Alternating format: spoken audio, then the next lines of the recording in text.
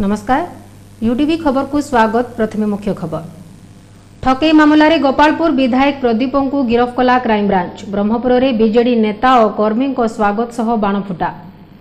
सरोड़ा थाना बजरगुमा ग्राम निकट एक बुदा मध्यरु महिला अर्धदग्ध मृतदेह उद्धार। पुलिस तदंत जारी।